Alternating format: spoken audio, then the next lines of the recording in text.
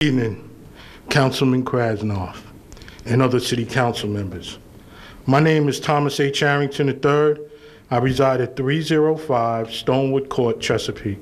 I would like to thank the City Council for the opportunity to voice my opinion on all matters pertaining to the City of Chesapeake. In 5 days, you ladies and gentlemen who advertised for true property tax reduction during your campaign for City Council will have a chance to prove to citizens that you intend to keep that campaign promise. Think about that. $1.05, $1.03, nor $1.02 keeps that campaign promise.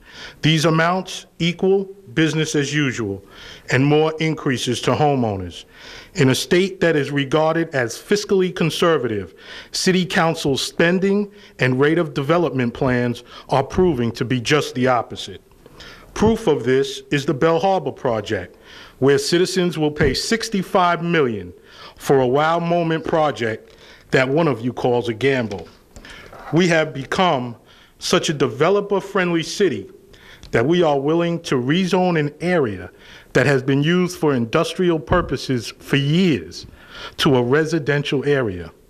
Why would we do this if the slightest possibility exists of residents falling victim to chemical poisoning?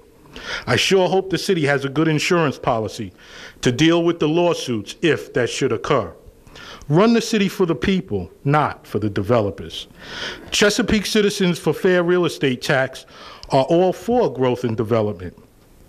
However, that growth and development must take place at a reasonable and affordable pace that our city can keep up with. If we stay on the current rate of assessments that we've been on, the average price of a home will reach $400,000. How many Walmarts, McDonald's, and Taco Bells are you willing to build so that not only senior citizens, but hard-working homeowners can apply to pay their property taxes? What does that do for family values? Mommy and daddy work full-time jobs and both take on a part-time job just to pay their property taxes? We can do better. Run the city for the people, not for the developers. Do we really want Chesapeake to become a metropolis? People retire here to get away from the city atmosphere. It is the peace and serenity that lures retirees to Chesapeake. People who are willing to put their hard worked for, life-saving finances down on one of these well-advertised dream homes that our real estate establishment draws them to should not be subjected to a flawed property tax and assessment process that systematically takes that home away from them. There is no dignity for our city in this. We can do better. Run the city for the people, not for the developers. Our city will not fall to the wayside as proclaimed by budget officials at the previous work session. During that session, we only heard about core city items that would be cut in order to obtain a true reduction in property taxes. What about the money we have set aside to finance non-core city items?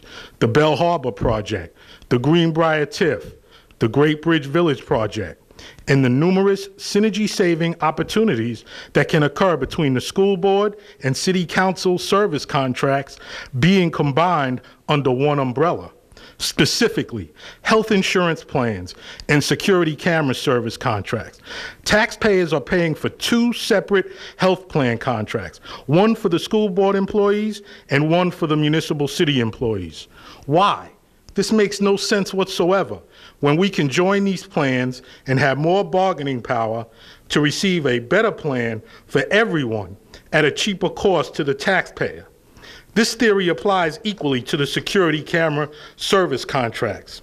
Chesapeake City Council and Chesapeake School Board must be on the same page as far as synergy savings are concerned to save our taxpayer dollars from being wasted unnecessarily. We can do better. Run the city for the people, not for the developers. It's time for 89. Thank you. Thank you, Mr. Harrington.